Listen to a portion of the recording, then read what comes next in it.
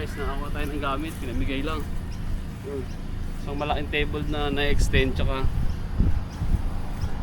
side table. Marble guys. Alright. Thank you.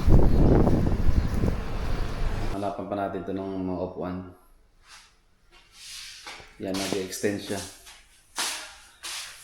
Pwede siyang lumaki, pwede siyang maliit. Side table. Ayun yung side table na nakuha natin. Bilaan. Nalagyan naman natin ito ng ng mga flower base dyan para maganda. Okay.